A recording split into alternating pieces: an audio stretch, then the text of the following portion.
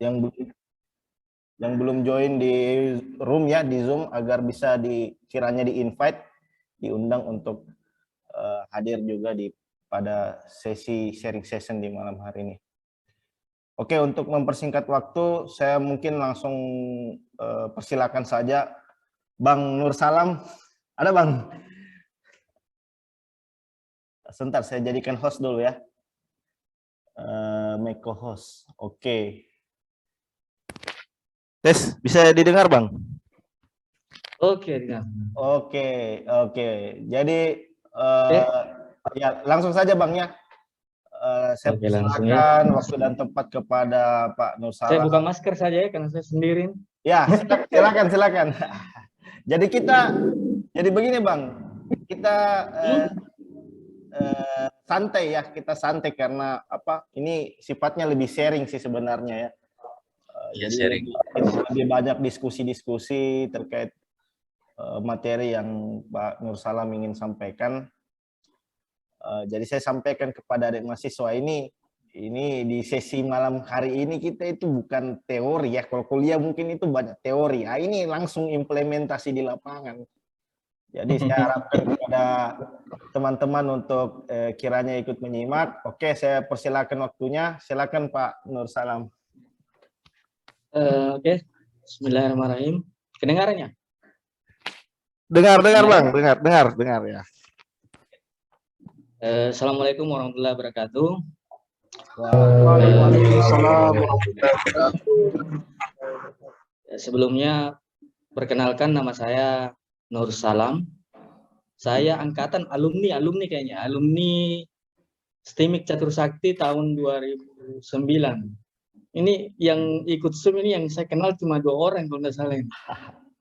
Ada Bang Ari Linting sama host kita sendiri, Zulkifli. Ya, memang malam ini rencananya memang kita sharing session, tapi sebagai pembuka mungkin tetap saya akan tampilkan beberapa slide sebagai gambaran bahwa apa yang kita akan bahas pada malam hari ini itu terkait dengan pemberdayaan generasi muda dalam membangun kepariwisataan, termasuk teman-teman STIMIK Catur Sakti yang mana kita ketahui sebagai kampus IT yang ya bisa dibilang kalau di Sulawesi Tenggara sudah cukup tua ya, sudah cukup lama. Jadi perkenankan saya untuk saya share screen ya untuk presentasi saya biar lebih santai, tapi tetap kita melihat presentasi yang saya ingin tampilkan pada malam hari ini. Oke?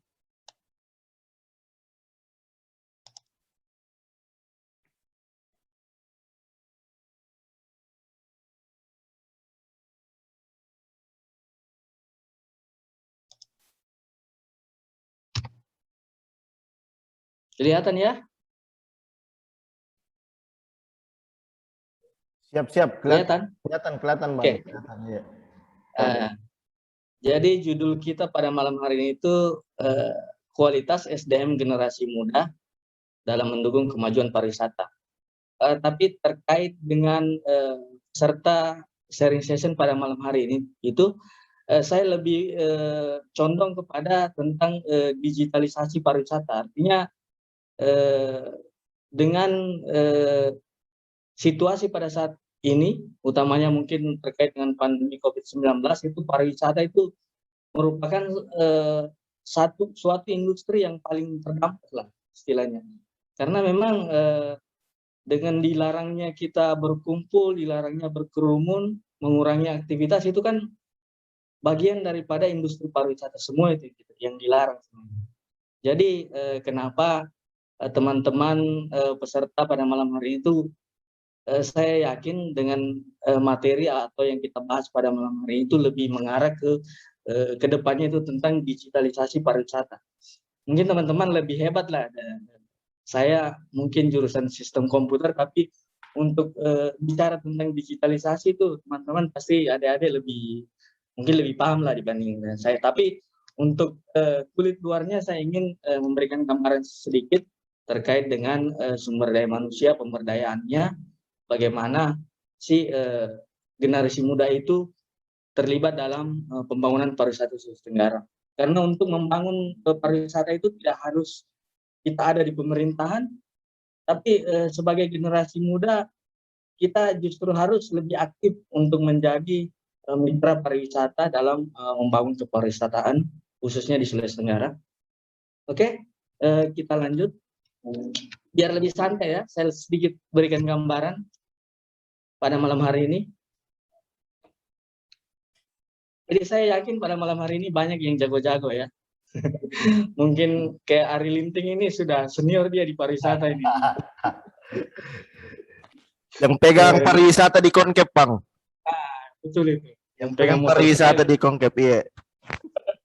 Oke, tapi di sini saya tidak ingin teman-teman ada yang menjadi gelas tertutup. Saya tahu teman-teman ada yang lebih pintar, tapi dengan apa yang saya sampaikan, jangan kita menjadi gelas tertutup, artinya menutup diri untuk belajar. Itu yang pertama. Yang kedua, ini juga sama. Jangan kita menjadi gelas bocor. Artinya gelas bocor di sini, apa yang saya sampaikan mungkin masuk di telinga kiri, keluar di telinga kanan, begitu saja. Karena mungkin ya kurang serius atau bagaimana, mungkin berpikir tidak nyambung dengan sarjana saya nanti nih, sistem komputer atau sistem informasi. Nah, ini juga tidak benar. Yang saya inginkan itu teman-teman, adik-adik yang sudah master, mungkin mari kita menjadi gelas kosong. Apa yang saya sampaikan bukan berarti saya lebih pintar, bukan berarti saya lebih jago, tapi kita sama-sama sharing untuk malam ini. Jadi sepakat ya, kita ikhlas mau belajar bersama. Nah, ini saya harap teman-teman bisa menjadi gelas kosong pada malam hari ini. Kita mendengarkan, kita sharing, jangan ada yang merasa pintar. Oke? Nah, ini gambarannya kalau kita gelas tertutup seperti apa, gelas bocor seperti apa, gelas kosong seperti apa. Oke? Ini sedikit perkenalan. Nama saya Nur Salam. Saya merupakan salah satu asesor kompetensi di bidang kepariwisataan di Sulawesi Tenggara, angkatan pertama. Kemudian saya juga trainer sadar wisata, kemudian sekaligus sebagai staf di Dinas Pariwisata. Kemudian saya juga seorang pemandu, walaupun mungkin jarang-jarang memandu dibanding teman-teman yang lebih praktis di dunia pemandu, karena saya juga di pemerintahan. Kemudian saya juga Dewan Pendiri Organisasi Wahana Pecinta Alam dan Lingkungan Sulawesi Tenggara. Sebelumnya di Catur Sakti saya juga di Mapala. Jadi Mapalanya Catur Sakti itu dulu ada namanya Mapacasti, mahasiswa pecinta alam Catur Sakti. Jadi untuk mengembangkan hobi saya mendirikan juga organisasi di luar, yaitu organisasi Wahana Pecinta Alam dan Lingkungan Sulawesi Tenggara. Ini sedikit gambaran kegiatan-kegiatan saya. Selain di Dinas Pariwisata, saya asesor kompetensi. Asesor di sini itu artinya saya bagian dari penguji kompetensi dari teman-teman yang ingin menjadi seorang pemandu di Sulawesi Tenggara. Jadi kalau teman-teman ada yang bakatnya mungkin walaupun dari basicnya di sistem komputer atau sistem informasi ingin menjadi pemandu, bisa menghubungi saya atau di Dinas Pariwisata langsung nanti untuk supaya dimasukkan di database untuk menjadi seorang pemandu. Nah, ini juga salah satu aktivitas saya di luar sebagai trainer sadar wisata dan Tap-Tap Zona. Beberapa kali menjadi narasumber juga moderator di kegiatan-kegiatan sejenis. Oke, tadi sedikit perkenalan. Ini kita membahas sedikit tentang latar belakang nih kalau kita bicara. Dalam suatu pidato Presiden kita Jokowi yaitu pada tahun 2019, di sini Jokowi mengatakan dia memilih menunjang SDM ketika melihat ekonomi negara lain sedang melambat, karena percaya SDM bisa menjadi pembuka jalan menuju pertumbuhan ekonomi. Ini betul sekali, karena seberapa hebat pun sumber daya alam yang kita miliki, utamanya di Sulawesi Tenggara, kita kenal tentang pariwisata itu potensinya sangat besar sekali. Seperti Konkep itu, Muna, Buton itu potensi wisata alamnya itu bagus sekali. Tapi tanpa ditunjang oleh sumber daya manusia yang baik atau yang berkompeten, itu tidak akan maju suatu pariwisata, suatu daerah. Nah, itu sedikit gambaran. Ini tentang rencana pembangunan jangka menengah negara Indonesia itu. Di sini fokus pembangunan manusia itu yang pertama. Yang kedua itu sumber daya manusia berkualitas dan berdaya saing, ini sudah pasti. Kemudian fokus pembangunan pemerintahan juga itu selain pangan, energi, sumber daya air, juga itu masuk dalam urutan keempat, yaitu pariwisata, ekonomi kreatif, dan ekonomi digital. Nah, di sini kita lihat kembali ekonomi digital ini perannya sarjana-sarjana komputer nanti ini pasti lebih banyak lagi ke sini. Jadi itu sebagai gambaran saja supaya teman-teman semangat. Jangan kita terkungkung atau terpaku pada bahwa kita ini sarjana komputer, paling lari-lari pekerjaannya kita itu paling lari ke servis komputer atau bagaimana. tidak sedangkali itu. Banyak hal tentang pekerjaan di luar sana yang menunggu kita sebenarnya, banyak sekali. Oke, kita lanjut. Ini seperti juga yang dikatakan oleh Menteri Pariwisata kita, Sandiaga Uno. Satu di antara upaya konkret dalam pengembangan pariwisata adalah memunculkan sumber daya manusia yang berkualitas melalui pelatihan khusus di bidang keramah-tamahan. Ini kita fokus di kata sumber daya manusianya. Kembali lagi, selalu fokus di sumber daya manusia, di mana pemerintah sangat mendorong perkembangan sumber daya manusia yang ada di Indonesia, termasuk Sulawesi Tenggara. Oke. Ini tidak usah saya jelaskan, ini bisa teman-teman cari di Google, perbedaan wisata, pariwisata, dan kepariwisataan, dan daerah tujuan wisata atau lebih dikenal sekarang itu destinasi pariwisata. Itu hanya sebagai gambaran saja tentang kepariwisataan. Kemudian ini hubungan antara pariwisata dan masyarakat. Masyarakat dalam artian di sini kita ini mahasiswa juga termasuk masyarakat. Artinya hubungan antara pariwisata dan masyarakat itu memang sangat dibutuhkan, karena tanpa adanya masyarakat, industri pariwisata tidak akan berjalan. Karena kita lihat wisatawan itu masyarakat sendiri, yang mengelola transportasi masyarakat sendiri, akomodasi masyarakat juga sendiri, dan semua industri pariwisata itu ya kita melibatkan masyarakat. Karena sering kita dengar dalam diskusi kepariwisataan itu bahwa esensi keberhasilan suatu destinasi pariwisata itu dilihat dari pemberdayaan masyarakatnya. Jadi kalau ada industri pariwisata yang berhasil tanpa memberdayakan masyarakat di sekitarnya, itu tidak bisa dikatakan berhasil. Paling yang diuntungkan saya pihak swasta. Tapi di saat kita melibatkan masyarakat dalam pembangunan kepariwisataannya itu baru bisa kita katakan bahwa pariwisata itu berhasil di suatu daerah. Contoh mungkin dari segi kulinernya, pas masyarakat diberdayakan di sekeliling. Kemudian oleh-olehnya masyarakat juga yang kelola. Contoh ke Bogor itu penyeberangan ke sana kan kita libatkan masyarakat. Kita berdayakan masyarakat yang punya seperti kapal penyeberangan, yang punya homestay di sana itu kita libatkan semua. Jadi memang pariwisata dan masyarakat itu tidak bisa dipisahkan satu dengan yang lain. Ini masyarakat lokal. Jadi ada dua, itu yang masyarakat lokal dengan kekayaan adat, tradisi budaya merupakan aset dan daya tarik kepariwisataan. Kemudian yang kedua, masyarakat lokal juga merupakan tuan rumah atau host bagi tamu atau wisatawan yang ingin berkunjung ke daerah. Itu sedikit gambaran. Nah ini contohnya kelompok masyarakat yang bertempat tinggal di sekitar daya tarik wisata itu diprioritaskan untuk diberdayakan. Seperti yang saya katakan tadi, artinya esensi pemberdayaan masyarakat itu diutamakan untuk pengelolaan kepariwisataan. Jadi pemerintah itu sebenarnya cukup memfasilitasi dan memberi bantuan. Kalau untuk pengelolaan ada baiknya diserahkan sepenuhnya kepada masyarakat. Ini termasuk pemandu wisata lokal.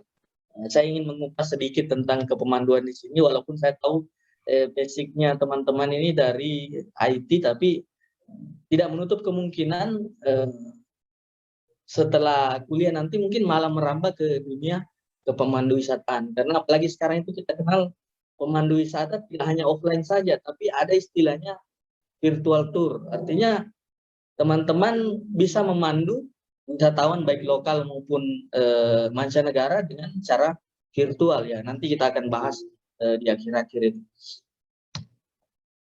Ini enggak terlalu cepat ya atau bagaimana? Bagus. Bagus, jelas. Oke. Ini saya singgung sedikit tentang kepemanduannya. Di dalam Undang-Undang Nomor 10 Tahun 2009 tentang kepariwisataan itu di huruf I itu ada namanya jasa pramuwisata. Jadi pramuwisata di sini sama dengan pemandu wisata. Biasa kita lebih kenal dengan istilah guide atau masyarakat itu sendiri yang menjadi pemandu wisata. Oke, next. Nah, ini teknik pelayanan kepemanduan. Ini kalau teman-teman nanti ikut pelatihan, intinya ini akan kita bahas semua tentang welcoming, greeting, guiding, closing, bagaimana cara menyambut tamu, bagaimana cara kita memperkenalkan diri, bagaimana cara kita menggait jika ada tamu yang datang, kemudian bagaimana cara kita menutup suatu pemanduan.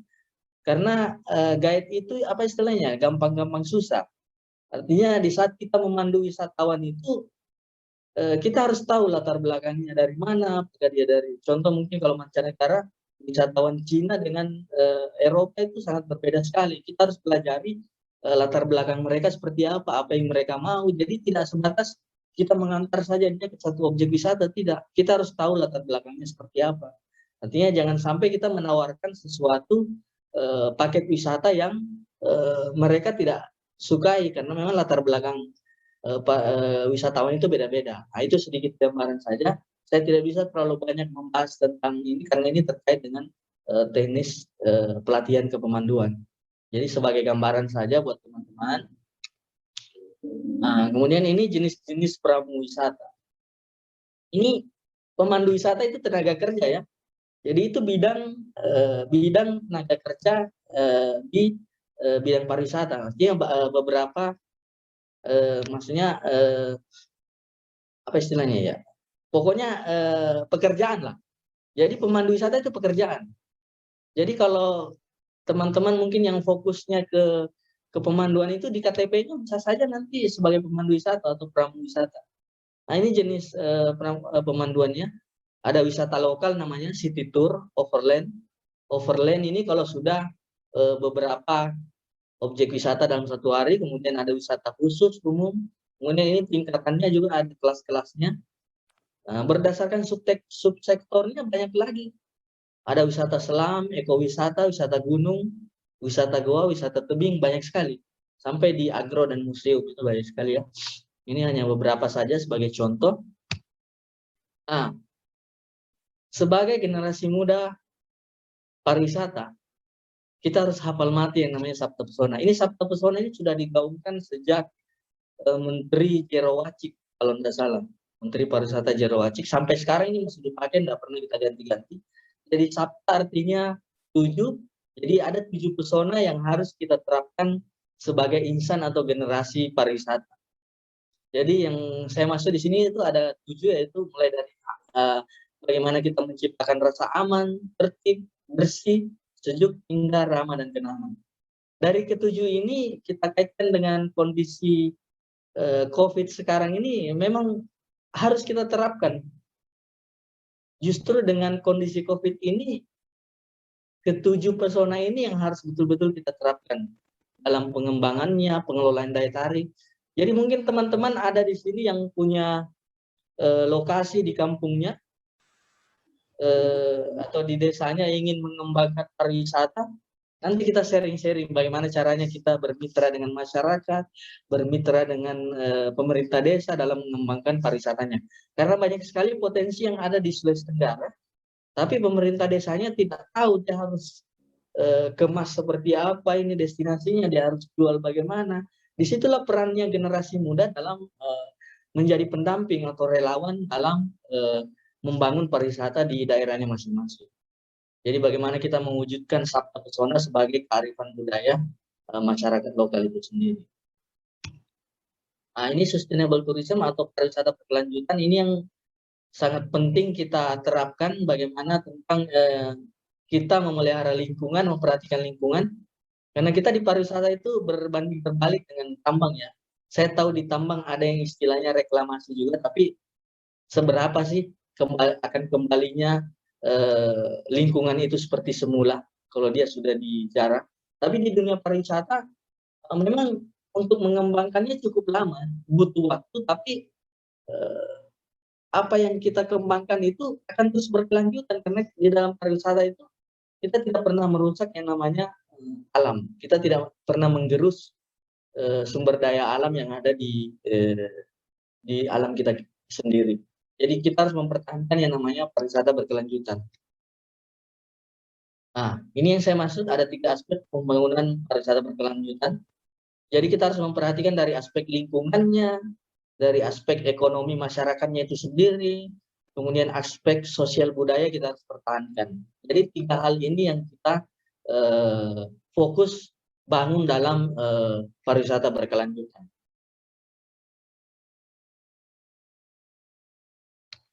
Nah, ini yang saya bilang tadi, menjadi masyarakat atau generasi muda yang ada di lingkungan suatu pariwisata itu, kita harus bisa menjadi host atau tuan rumah. Artinya peran partisipasi masyarakat dalam menciptakan iklim sabta pesona tadi itu. Bagaimana kita mampu mendorong tumbuh dan berkembangnya kegiatan kepariwisataan di suatu tempat atau wilayah. Kemudian yang kedua, selain kita sebagai tuan rumah, kita juga harus memiliki empati atau simpati sebagai seorang wisatawan. Jadi peran masyarakat itu selain dia sebagai pelaku, dia juga harus menganggap dirinya sebagai wisatawan. Artinya dia harus mengenali potensi apa yang ada di daerahnya, sekaligus dengan adanya aktivitas kepariwisataan itu, kita mampu menggerakkan mata rantai ekonomi kepariwisataan suatu daerah. Jadi pariwisata itu kita tidak hanya membahas saja tentang bagaimana indahnya suatu wilayah, bagaimana potensinya suatu destinasi, tapi kita harus juga memikirkan masyarakat di sekelilingnya, bagaimana kita berdayakan, bagaimana kita mampu mendongkrak ekonomi masyarakat yang ada di sekelilingnya. Seperti yang saya katakan tadi, esensi keberhasilan suatu destinasi pariwisata adalah memberdayakan masyarakat di sekelilingnya. Nah, itu yang saya maksud. Nah, terus untuk dengan kondisi pandemi saat ini yang kita kenal dengan istilah COVID-19, ini adalah program baru yang diluncurkan oleh Kementerian Pariwisata, yaitu CHSE. Ada 4 tentang kebersihan, kesehatan, keselamatan, dan yang saya singgung tadi itu environment sustainable atau keberlanjutan lingkungan. Artinya pariwisata yang berkelanjutan. Kita harus memikirkan itu karena banyak sekali di tengah pertumbuhan ekonomi sekarang, banyak pariwisata maju yang dibangun tidak memikirkan yang namanya keberlanjutan lingkungan. Apalagi pembangunan itu kan seperti Lipo Plaza itu yang akan dibangun yang besar nanti ini, apa yang Trans Studio itu bagian dari pariwisataan semua itu. Tapi untuk memperhatikan keberlanjutan lingkungan di sekelilingnya, kadang untuk pembangunan seperti itu tidak diperhatikan. Jadi ini yang ditekankan pemerintah saat ini, utamanya Kementerian Pariwisata, atau gerakan bisa lebih dikenal yaitu bersih, indah, sejuk, aman. Kembali lagi di Sabta Pesona tadi penekanannya. Intinya bagaimana kita menghidupkan industri pariwisata di tengah pandemi seperti ini. Karena tidak bisa dipungkiri banyak sekali masyarakat yang kena imbas dari dengan adanya COVID ini, karena utamanya yang bergerak di bidang kepariwisataan, banyak sekali masyarakat yang menggantungkan hidupnya di dunia industri pariwisata, tapi dengan adanya COVID ini mereka mengalami yang namanya tidak bisa, bahkan makan saja susah banyak sekali. Teman-teman di Bali dan Jogja sana yang betul-betul memang pariwisatanya merupakan sebagai tolak paling utama dalam pemberdayaan masyarakat atau untuk membangun ekonominya, itu dia bertonggak pada pariwisata. Nah, ini salah satu contoh melibatkan masyarakat dalam pelestarian lingkungan. Kita mengadakan aksi bersih-bersih Sabta Pesona, ini kerjasama dengan Dinas Pariwisata dan Kementerian Pariwisata. Kemudian pemberdayaan masyarakat yang saya maksud tadi itu bagaimana kita meningkatkan profesionalisme kepemanduan, kemudian meningkatkan kualitas SDM dan mendorong pengembangan kegiatan kepemanduan bidang ekowisata sebagai daya tarik wisata. Nah, itu tadi kita berbicara tentang sumber daya manusianya. Sekarang kita berbicara tentang tenaga kerja. Kalau kita berbicara tentang tenaga kerja di Indonesia untuk saat ini, bukan hanya bidang pariwisata saja, tapi di seluruh aspek atau pekerjaan di sekeliling kita itu sekarang mengutamakan yang namanya kompetensi. Kompetensi itu dibuktikan dengan adanya sertifikat atau sertifikasi. Nah, saya ingin membahas sedikit tentang kompetensi di sini, karena sebagai seorang asesor itu yang kita fokusnya ketiga ini, yaitu standar kompetensi itu ada 3. Yang pertama keterampilan, kedua pengetahuan, yang ketiga sikap. Artinya untuk mengukur kompetensi seseorang di dunia tenaga kerja pariwisata itu kita membutuhkan 3 hal ini. Jadi jika teman-teman nanti mungkin sudah pernah ada yang mengikuti pelatihan kepemanduan, jadi jenjang atasnya itu lagi ada yang namanya sertifikasi kompetensi. Jadi untuk menjadi seorang pemandu tidak cukup dengan pengetahuan dan pengalaman yang teman-teman miliki, tapi harus didukung dengan sikap, kemudian yang terakhir itu dibuktikan dengan sertifikat. Sama semua bidang pekerjaan yang saat ini mungkin utamanya di swasta itu dibuktikan dengan kompetensi. Jangan di swasta, di pemerintahan saja, di dunia widya suara seperti guru itu kan sekarang ada istilahnya sertifikasi. Jadi memang pembuktian kompetensi itu memang harus dibuktikan dengan namanya sertifikat. Jadi ini sangat penting buat teman-teman. Jadi besok-besok mungkin ada swasta atau ada pihak lain yang menawarkan tentang sertifikasi, ikut saja. Jangan ragu ikut apabila terkait dengan sertifikasi kompetensi, karena mau tidak mau, suka tidak suka, barang ini akan dipakai ke depan. Kita tidak bisa bersaing dengan teman-teman di luar kalau kita tidak memiliki kompetensi. Kalau kita ingin memasuki suatu industri pekerjaan, termasuk di bidang pariwisata.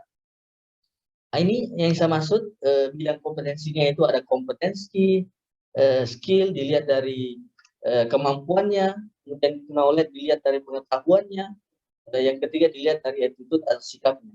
Jadi dari ketiga unsur ini, hilang salah satunya, kita tidak bisa dikatakan kompeten.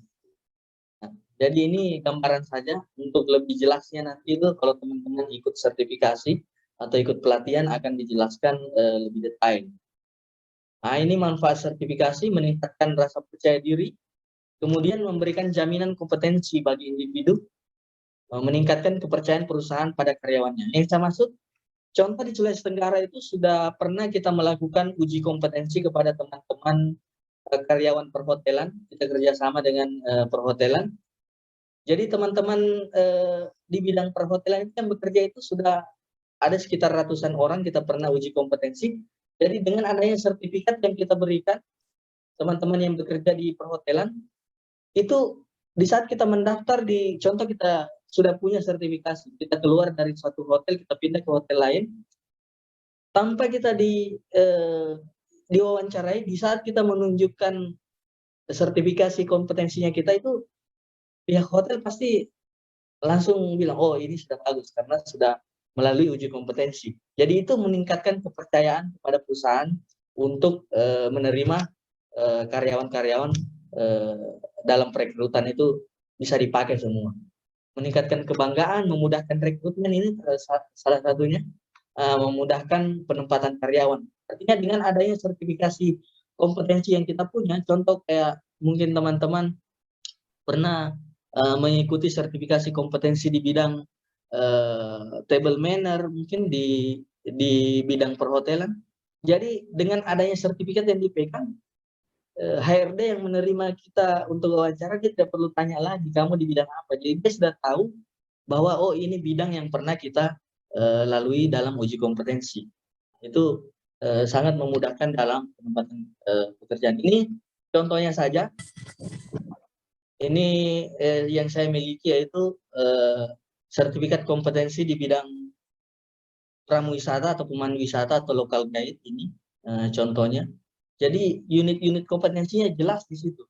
Jadi bekerja sebagai pemandu wisata, dia mampu mengembangkan dan memelihara pengetahuan, menyiapkan dan menyajikan informasi wisata. Jadi di saat mungkin ada travel agent atau tour travel yang membutuhkan jasa kepemanduan, kita cukup perlihatkan ini. Oh, mereka pasti percaya, oh iya, teman-teman yang memiliki ini sudah bisa kita pakai jasanya untuk memandu wisatawan. Nah, ini sertifikasi yang pernah dilakukan oleh Dinas Pariwisata Sulawesi Tenggara. Ini sertifikasi kompetensi kerja yang sebelah kiri ini, bidang kepemanduan wisata selam. Itu sudah ratusan juga kita sudah sertifikasi di Sulawesi Tenggara. Pelatihan sertifikasi kepemanduan wisata umum yang di tengah ini sudah pernah juga. Kemudian uji kompetensi tenaga kerja hotel dan restoran sudah pernah. Jadi uji kompetensi ini tuh sangat luas ya. Bahkan di dunia pemandu wisata malam itu ada namanya sertifikasinya. Seperti karyawan-karyawan spa itu memang dia melalui uji kompetensi itu. Jadi memang sangat luas sekali. Tidak terbatas pada pemandu wisata saja, tidak terbatas pada perhotelan. Jadi seperti rumah-rumah makan itu membutuhkan uji kompetensi semua. Nah ini kalau kita ingin mengikuti jenjang lebih atas lagi, ada yang namanya diklat peningkatan kompetensi asesor. Ini termasuk saya ini angkatan pertama di tahun 2015 kalau tidak salah ini. Ini kita sudah pernah lakukan di Sulawesi Tenggara. Nah, terkait dengan pemandu wisata, ini saya singgung sedikit. Ada lembaga yang menaunginya, yaitu namanya HPI, Himpunan Pramuwisata Indonesia. Di Sulawesi Tenggara itu ini belum saya update datanya ini. Ini kita hampir di semua kabupaten kota itu sudah ada. Jadi teman-teman mungkin yang setelah lulus kuliah nanti ingin pulang kampung, ingin bergabung dalam dunia kepemanduan itu sudah ada. Jadi bisa bergabung dalam organisasi yang namanya Himpunan Pramuwisata Indonesia. Jadi untuk database teman-teman pemandu itu sudah ada di kabupaten kota. Jadi bisa bergabung di sana. Kemudian ini logo HPI-nya. Nah ini saya belum update juga datanya. Sebenarnya sudah banyak. Ini sertifikasi yang sudah kita sertifikasi. 1.000 orang lebih pemandu tersebar di 17 kabupaten kota Sulawesi Tenggara. 600 lebih pemandu telah tersertifikasi sejak tahun 2015. Oh ini yang 1.000 ini yang telah mengikuti pelatihan. Nah ini yang 600 lebih ini ada yang terbagi dalam 4 bidang, yaitu pemandu wisata selam, pemandu ekowisata, city tour, dan lokal. Nah ini program-program kegiatan pembangunan sumber daya manusia pariwisata sebagai informasi saja. Kemudian daya saing tenaga kerja dan usaha pariwisata adalah tanggung jawab kita semua. Jadi mari kita membahu penuh komitmen dalam kesungguhan untuk persaingan di kawasan regional maupun global, karena tidak bisa dipungkiri tenaga kerja pariwisata atau tenaga kerja lokal atau asing itu sudah masuk di daerah kita. Jadi kalau bukan kita sendiri yang ingin membangun kompetensi kita atau membangun diri kita, otomatis kita akan tersingkir dari tenaga kerja asing. Ini termasuk di Morosi sudah banyak di sana tenaga kerja asing yang sudah merambah. Nah, kalau kita tidak bisa bersaing, kita akan dijajah. Jadi mari semangat kita berjuang membangun SDM Sulawesi Tenggara. Ini yang terakhir, baik terakhir tentang digitalisasi pariwisata. Kenapa saya membahas ini? Karena terkait dengan basic kita di STIMIK Catur Sakti, kan kita berbicara masalah IT ya. Karena teman-teman basicnya mungkin baik itu dari sistem informasi, dulu masih ada AMIK, lebih variatif lagi. Sekarang di STIMIK kita berapa jurusan, ada sistem informasi, sistem komputer. Nah, ini kenapa saya bahas digital pariwisata, karena terkait dengan latar belakang kita di STIMIK Catur Sakti. Oke, kita masuk. Digitalisasi pariwisata penting kah? Karena jujur sekitar 70% orang atau wisatawan itu mencari suatu informasi pariwisata itu menggunakan digital, artinya secara online. Terbukti dengan teknologi dapat mempengaruhi dan membentuk cara seseorang dalam melakukan kegiatan wisata. Mulai dari perencanaan perjalanannya, kemudian saat dalam perjalanan menggunakan Google Maps, sampai dengan kembali dari perjalanan, ingin kembali lagi ke situ, itu biasanya mereka mencari informasi lewat digital atau online. Nah,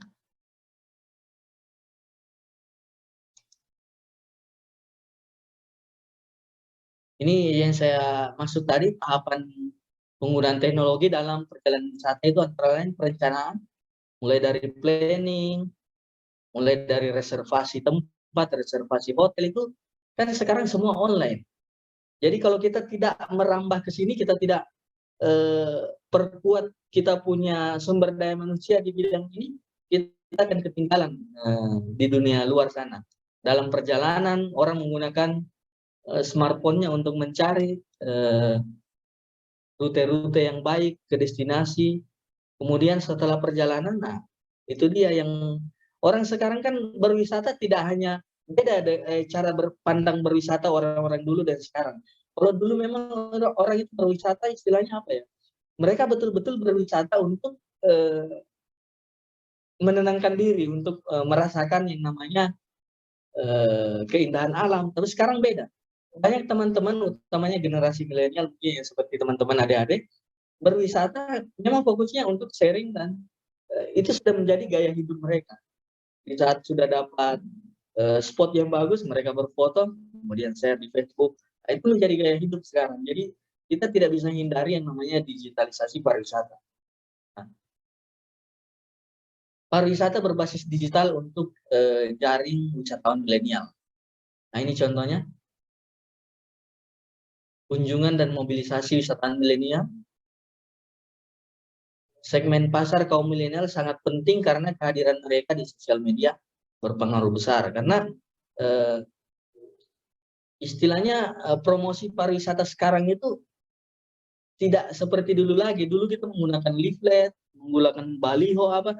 Sekarang tidak ada, tinggal pakai jempol saja dalam mempromosikan pariwisata. Jadi peran generasi muda dalam bermain sosial media untuk mempromosikan pariwisata itu sudah bagus sekali. Artinya dibanding dulu yang orang hanya menggunakan leaflet, booklet, flyer untuk apa istilahnya, untuk mempromosikan suatu daerah wisata. Kemudian kesiapan pariwisata berbasis digital ini harus dilakukan secara serius untuk menarik minat kunjungan wisatawan kaum milenial. Nah, itu terkait dengan tadi orang mencari informasi pariwisata itu lewat digital semua. Nah, ini yang saya bilang tadi, posting di media sosial itu memang sudah jadi ranahnya kaum milenial lah. Untuk teman-teman ini yang masih kuliah saat ini, itu sudah menjadi gaya hidup, lifestyle sudah berubah ya. Nah, kemudian keinginan generasi milenial yang senang berbagi di media sosial. Kalau bahasanya anak milenial sekarang itu apa istilahnya? Instagramable. Jadi di saat berwisata ya fokusnya ke membuat konten-konten yang lebih menarik lah untuk mendapatkan follower di dunia sosial media. Ini digital pariwisata itu memang sudah merambah ya. Kita tidak bisa pungkiri. Nah, ini contoh digitalisasi pariwisata. Informasi digital pariwisata. Nah, itu sudah mulai dari travel blogger, review kuliner, web, teman-teman itu sudah menjadi gaya hidup memang. Ini salah satu contoh Visiting Jogja, ini website yang sangat banyak ini diakses oleh teman-teman wisatawan baik dari dalam negeri maupun luar negeri. Dan kuliner untuk Sulawesi Tenggara yang kita lebih kenal itu Jelajah Sultra. Ini Jelajah Sultra ini kalau di Zoom meeting pariwisata Sulawesi, dia sudah sering dipakai jasanya dalam membawakan materi tentang bagaimana pariwisata itu yang basicnya seperti backpacker, bagaimana berwisata ala-ala generasi milenial. Itu Jelajah Sultra itu lebih kita, ini teman juga yang jalankan ini, ada teman-teman dari pemandu wisata juga. Kemudian digitalisasi pariwisata selanjutnya terkait akomodasi. Kita tidak bisa hindari orang. Dulu kan kalau kita berwisata di suatu daerah, kita cari penginapan, nanti sampai di sana baru kita bisa cari hotel. Sekarang dengan adanya marketplace yang seperti ini, yang menyediakan akomodasi penginapan, situs akomodasi, ini sangat memudahkan kita dalam browsing atau mencari informasi pariwisata. Jadi teman-teman IT, teman-teman ini jangan ragu untuk berbuat yang lebih jauh dalam pengembangan kepariwisataan. Karena pariwisata itu sangat luas, tidak hanya berbicara tentang destinasi saja, berbicara tentang transportasi, berbicara tentang penginapan, akomodasi, berbicara tentang atraksi, itu masuk dunia pariwisata semua. Nah, pemanfaatan sosial media seperti yang saya katakan tadi, ini di Sulawesi Tenggara ada juga Sul Traveler, ini anak-anak backpacker juga ini, teman-teman yang senang berpetualang. Di antara teman ada yang masuk.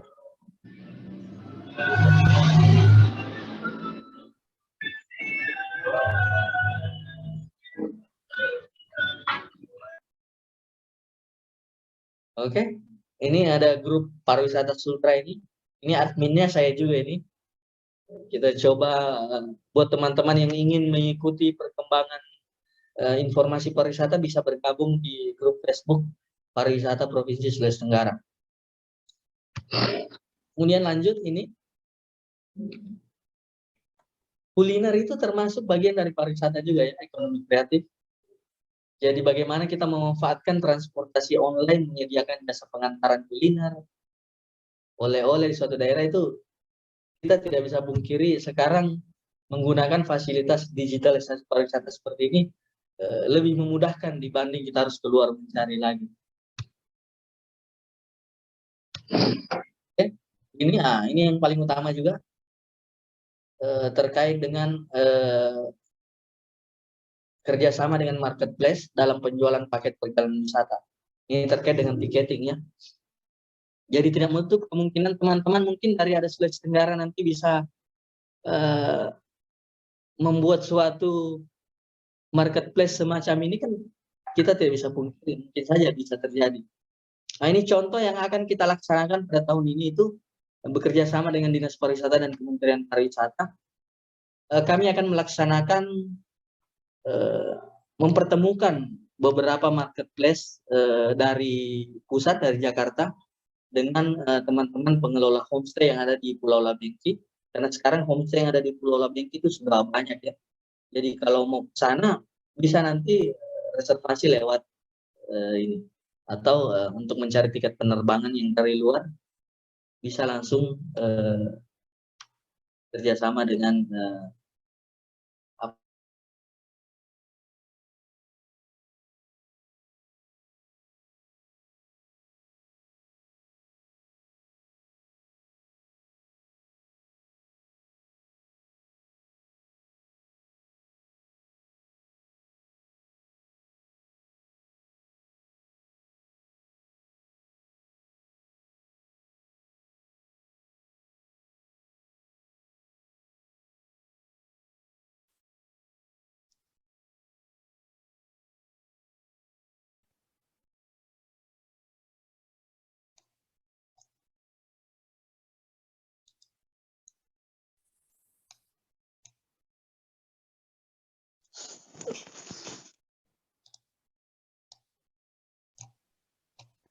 nah ini Bang Sul. Seperti lagi sudah masuk. Cek. Ya, Siapa? lagi bermasalah kayaknya Zoom-nya.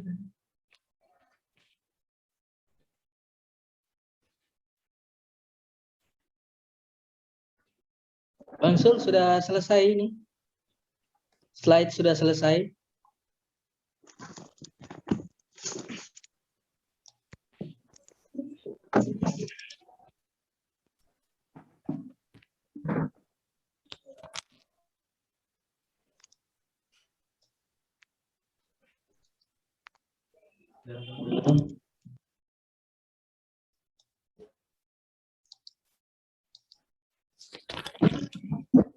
Oke, sorry Bang, jaringan saya nih tadi terganggu Bang. Ya, tidak apa-apa. Gimana? Apakah mungkin ada pertanyaan dari teman-teman? Silakan. Jika ada pertanyaan, silakan tanyakan kepada narasumber kita.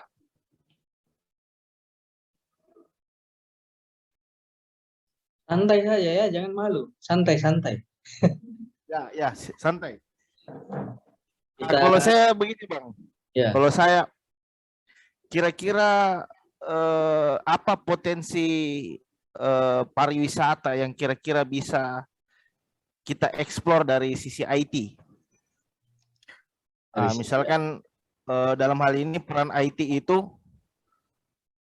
bagaimana agar kiranya potensi pariwisata yang ada di Sultra ini bisa terekspos sampai ke luar negeri lah, seperti itu. Apa kira-kira upaya-upaya yang perlu dilakukan oleh teman-teman dari IT seperti itu? Oh ya.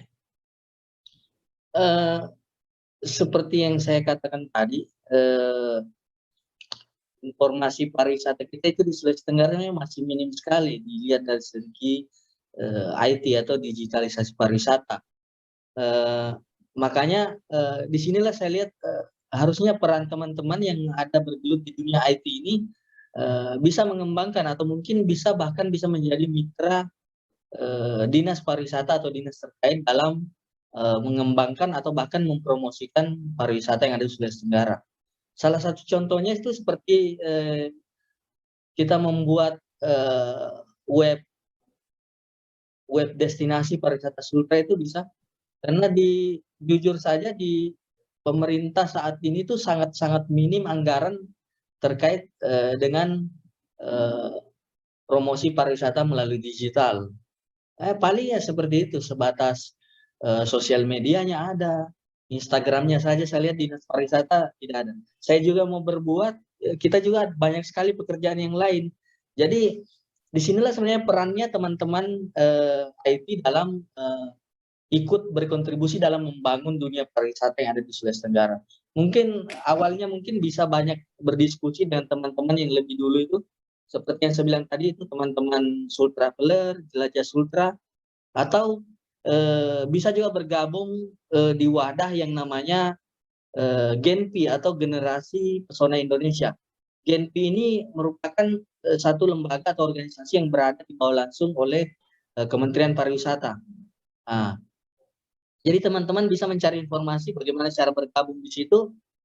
Dengan adanya teman-teman yang lebih mengenal atau lebih hebat lah di dunia IT, mungkin bisa menambah nuansa eksplor pariwisata yang ada di Sulawesi Tenggara.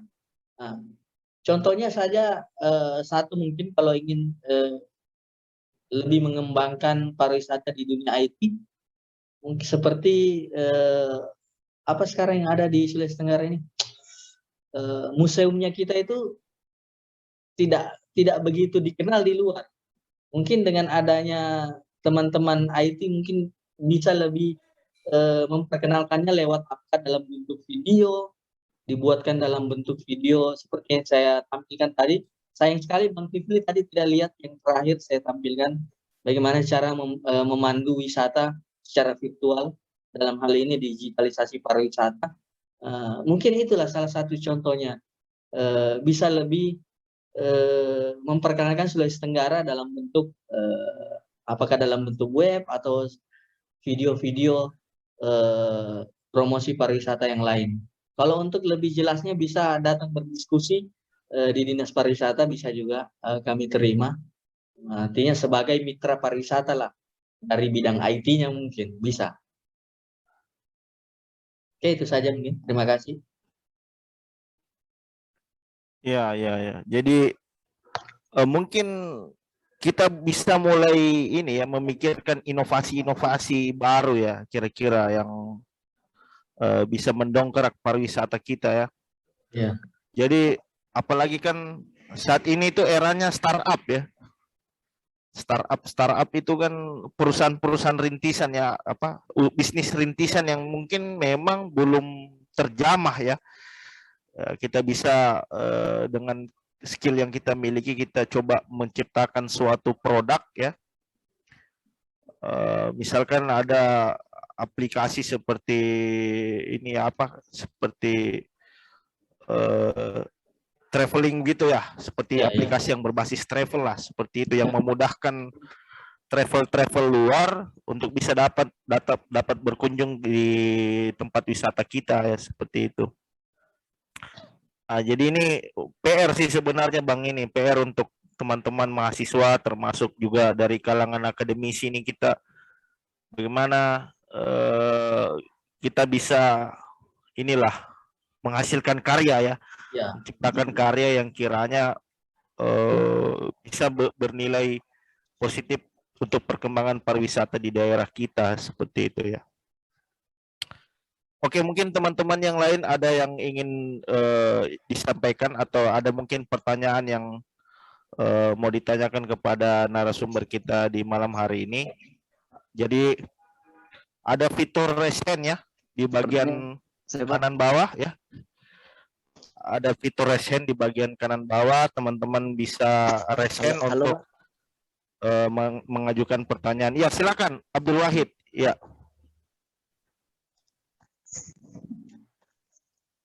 Oke, terima kasih banyak kepada Bapak Zulkifli yang telah memberikan kesempatan kepada saya untuk bertanya. Mungkin begini pertanyaan saya, menyambung dari yang telah disampaikan pertanyaannya tadi oleh Bapak Zulkifli. Tapi saya di sini ingin penjelasan dari Kakanda Nur Salam. Kira-kira di Kota Kendari ini, khususnya di pariwisata di Kendari ini, yang sekarang sedang dibangun oleh pemerintah, itu apa saja yang sebagai ikon untuk Sulawesi Tenggara sendiri? Karena saya melihat kan untuk di Sulawesi Tenggara sendiri atau di Kendari ini, saya melihat belum ada ikonnya, dan mungkin kalau ada kami juga belum tahu apa ikon pariwisatanya. Kemudian yang kedua, bagaimana pemberlakuan yang terjadi di musim pandemi ini dengan pariwisata yang ada di Kota Kendari. Maksudnya pariwisata yang ada ini selama musim pandemi, bagaimana tingkat minatnya orang dalam dalam mengeksplor sebuah kegiatan di dalam pariwisata.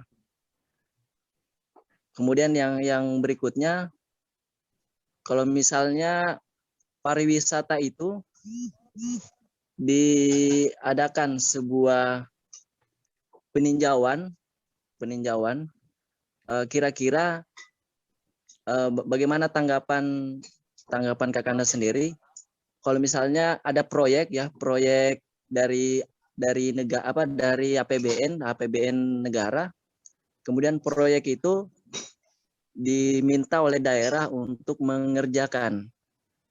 Terus apakah proyek ini untuk kemaslahatan daerah, ataukah proyek ini memang untuk tujuan pusat sendiri? Karena saya pernah mendengar info bahwasanya di Sulawesi Tenggara ini pernah ada terjadi permasalahan tentang pemasukan dari pariwisata itu. Ada yang bilang ini untuk daerah, ada yang bilang untuk ini pusat. Pernah ada infonya seperti itu, mungkin bisa dijelaskan. Mungkin itu saja pertanyaan dari saya. Assalamualaikum warahmatullahi wabarakatuh. Waalaikumsalam warahmatullahi wabarakatuh. Oke, Bang Nur Salam, mungkin bisa langsung dijawab saja pertanyaan dari adik mahasiswa Abdul Wahid. Kebetulan yang bertanya ini Ketua BEM. Mantap. Ya, jadi sekalian saya perkenalkan saja mahasiswanya. Mungkin bisa langsung dijawab, Bang, terkait pertanyaan dari adik mahasiswa kita tadi. Oke, mantap ini pertanyaannya. Banyak sekali ya pertanyaannya. Kebetulan saya juga pengurus BEM dulu. Oke, yang pertama terkait dengan ikon pariwisata. Ini yang ditanyakan sebenarnya ikon pariwisata Kendari atau Sulawesi Tenggara. Jadi kita berbicara tentang ikon pariwisata di Kendari, memang sih untuk wisata di Kota Kendari itu, kalau kita berbicara ke alamnya itu sangat sedikit ya, paling ke Pantai Nambo, ke mangrove sana, di water sport. Untuk bicara ikonnya, mungkin kalau untuk wisata di Kendari itu dia lebih ke wisata majunya atau wisata umum, seperti wisata belanja, kuliner. Nah, itu akan menjadi ciri khas wisata di Kota Kendari sebagai pintu masuk di wisata di Sulawesi Tenggara. Tapi untuk Sulawesi Tenggara,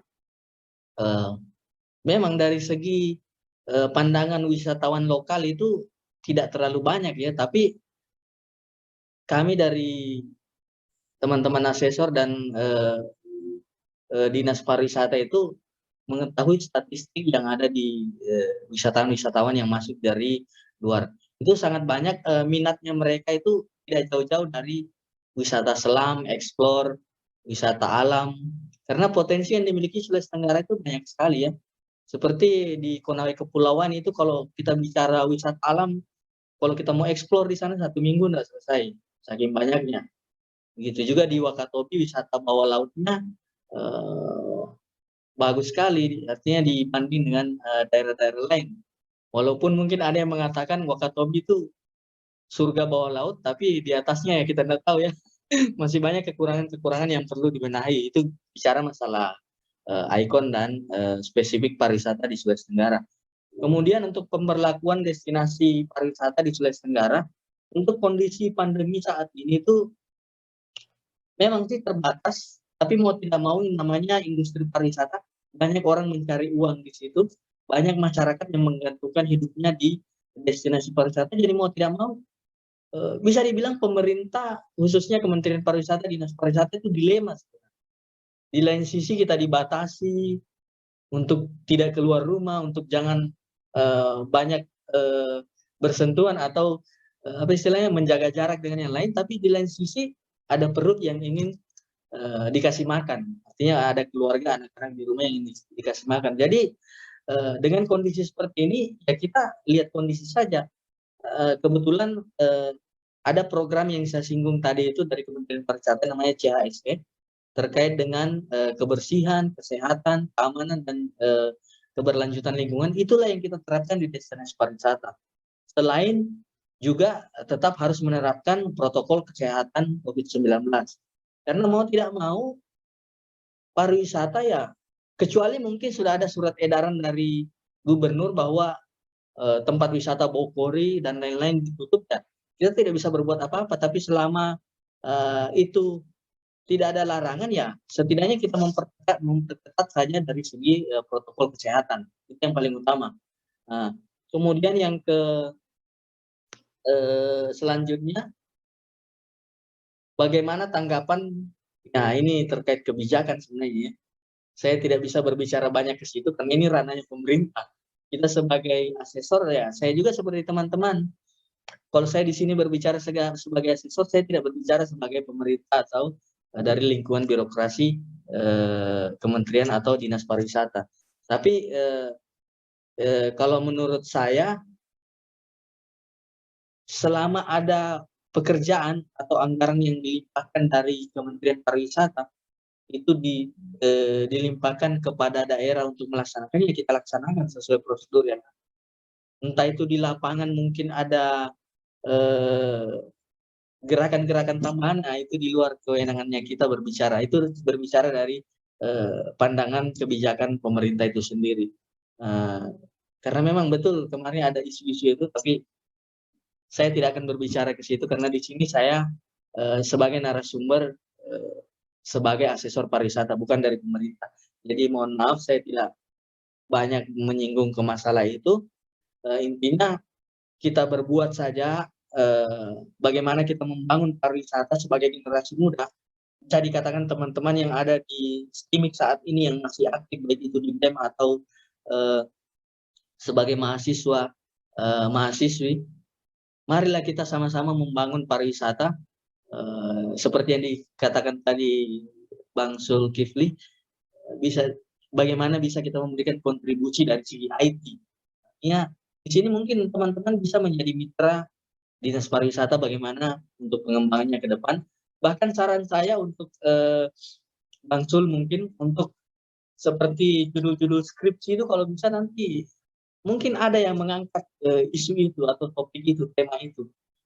Bagaimana penerapan JII tadi itu atau bagaimana penerapan digitalisasi pariwisata untuk membangun pariwisata Sulawesi Tenggara. Siapa tahu ada teman-teman, ada beberapa barang 2, 3, 4, 5 orang lah yang mengambil judul di situ. Jadi itu bisa menjadi bahan evaluasi dan ke depan kita bisa diteruskan ke Dinas Pariwisata. Oh ternyata generasi muda kita melalui kampus Merdeka, STIMIK Carul Sakti ada yang membahas tentang pembangunan kepariwisataan di Sulawesi Tenggara. Karena sampai saat ini juga memang saya lihat belum ada yang mengangkat isu-isu itu dari dunia IT. Oke, terima kasih, itu saja mungkin.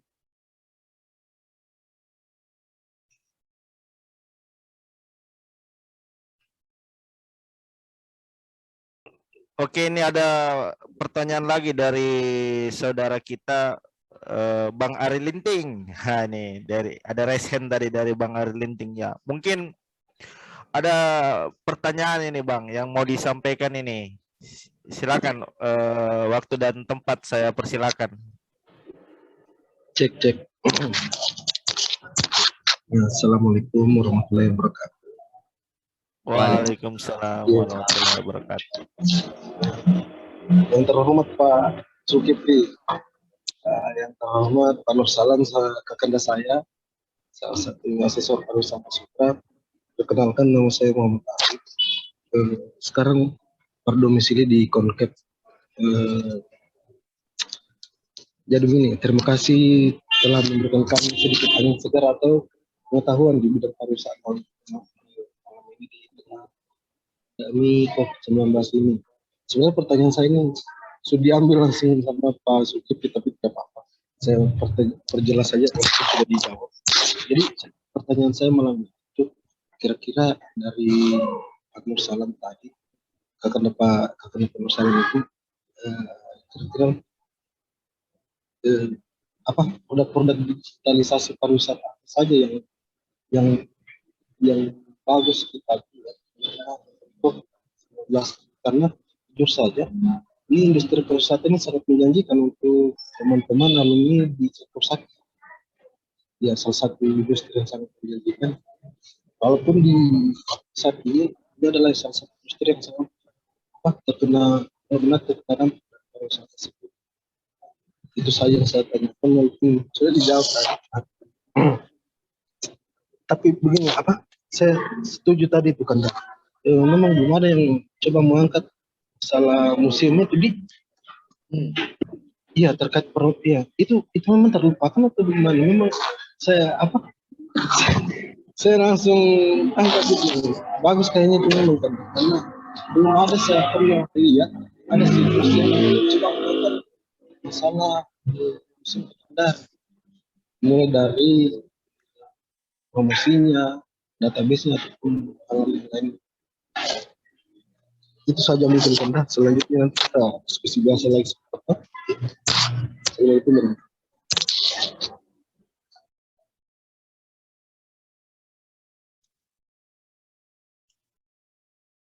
Oke, langsung. Oke, terima kasih Bang Ari Linting. Ini juga senior di pariwisata sebenarnya dia. Ini agak gangguan tadi dari segi voice-nya, tapi yang saya tangkap itu kira-kira apa yang bisa kita angkat dari segi digitalisasi pariwisata Sulawesi Tenggara. Kemudian yang kedua bagaimana tentang museum tadi ini. Oke, saya masuk pertama di museum. Museum sebenarnya ini dulu sampai di tahun 2016 kalau tidak salah dia itu berada di bawah Dinas Pariwisata. Jadi dia itu UPTD atau Unit Pelaksana Teknis Daerah, museum di bawah Dinas Pariwisata. Tapi setelah perubahan nomenklatur dari Kementerian Kebudayaan dan Pariwisata itu hari bisa menjadi Kementerian Pariwisata dan Kementerian Kebudayaan bergabung di Pendidikan dan Kebudayaan. dia otomatis dialihkan di bawah Kementerian Pendidikan dan Kebudayaan. Dan sejak saat itu entah kenapa sampai sekarang museum kayak gimana ya, kurang begitu terurus.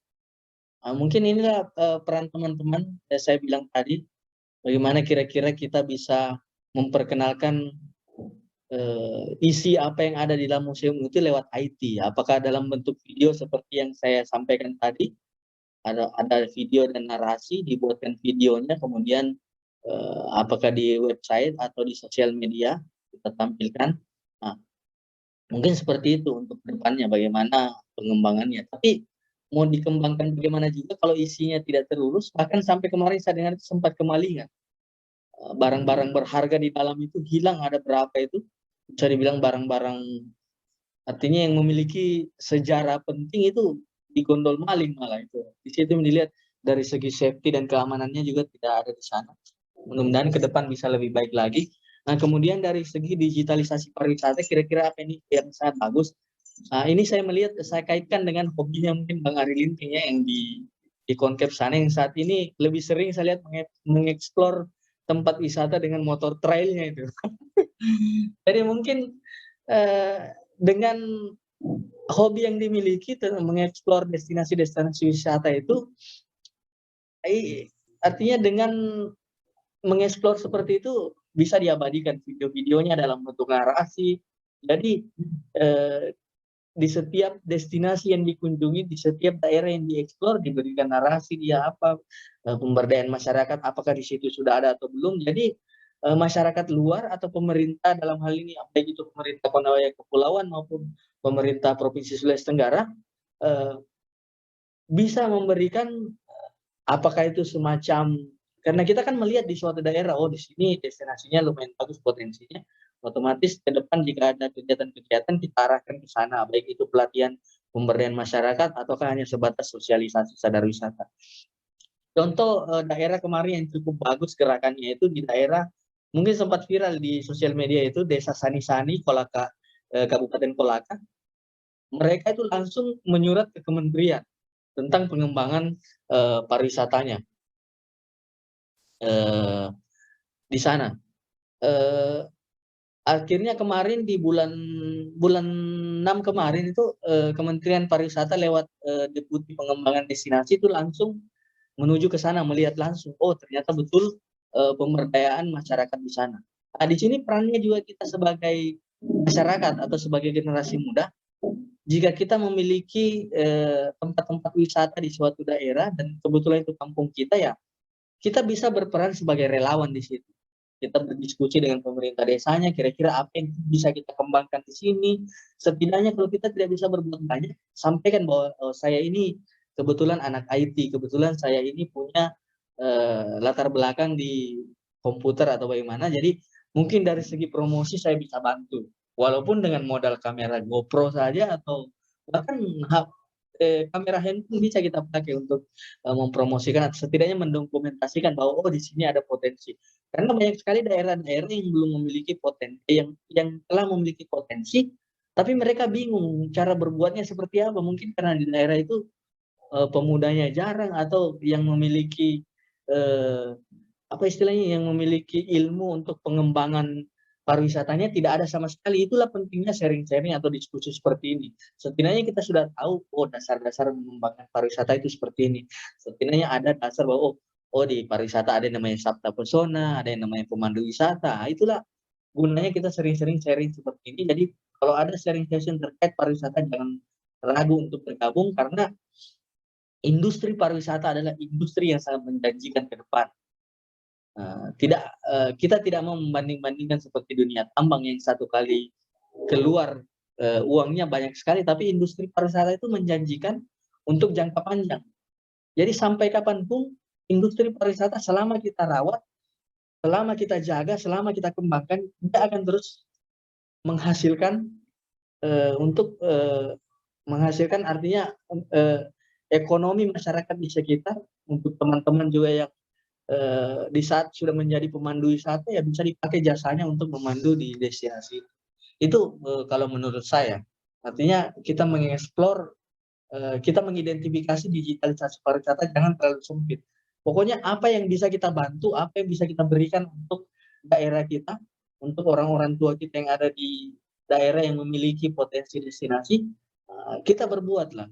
Setidaknya kita bantu promosi lewat media sosial, kita bantu setidaknya kita sampaikan menjadi corong informasi buat pemerintah di atas. Mungkin saja pemerintah Konkep atau pemerintah kabupaten lain dia ingin mengembangkan pariwisata, tapi dia tidak tahu ternyata di daerah sini ada potensi yang sangat besar atau ada potensi tersembunyi yang belum kita tahu. Jadi disitulah perannya kita sebagai generasi milenial, khususnya mungkin dunia digital atau IT, kita menjadi corong informasi buat pemerintah, buat masyarakat atau buat semua dan teman-teman yang lain. Itu menurut saya. Oke, terima kasih.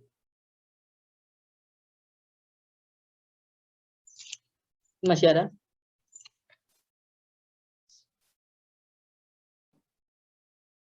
Oke. Makasih banyak Bang Nur Salam penjelasannya. Sama. Jadi materi di malam hari ini itu kalau saya bisa jelaskan itu isinya daging semua Bang. Daging semua, alhamdulillah. Jadi alhamdulillah kita mendapatkan pencerahan nih terkait materi pariwisata ya. Jadi saya sampaikan kepada teman-teman bahwa kita mulai merambah ke dunia di luar IT ya. Apalagi hampir semua aspek sebenarnya sudah dimasuki oleh IT sekarang. Iya, betul.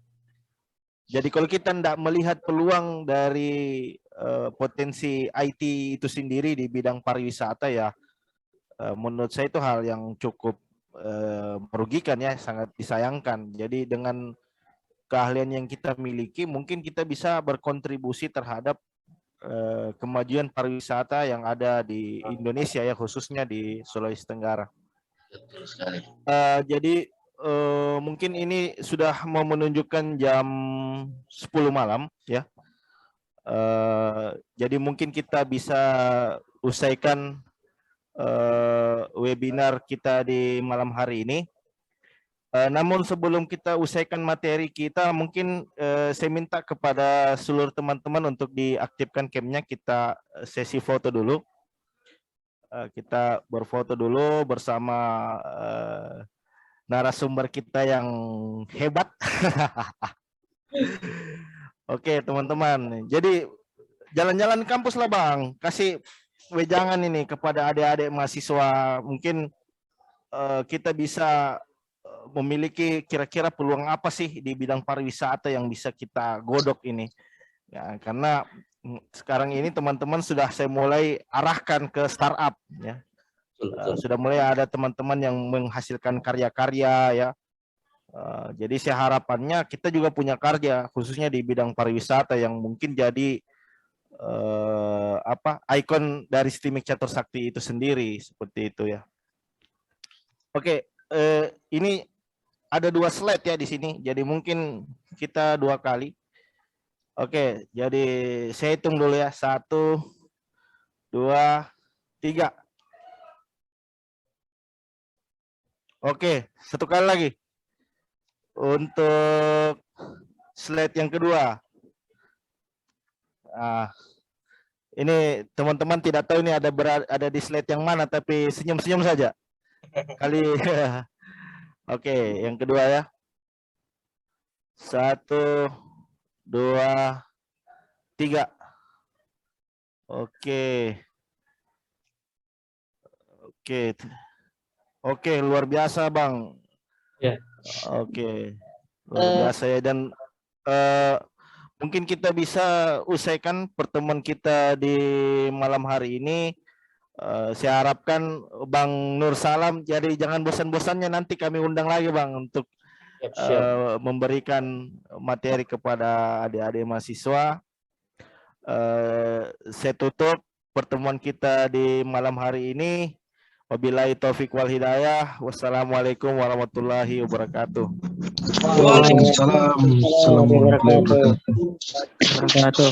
Mantap kan, Dak? Mantap. Aman-aman.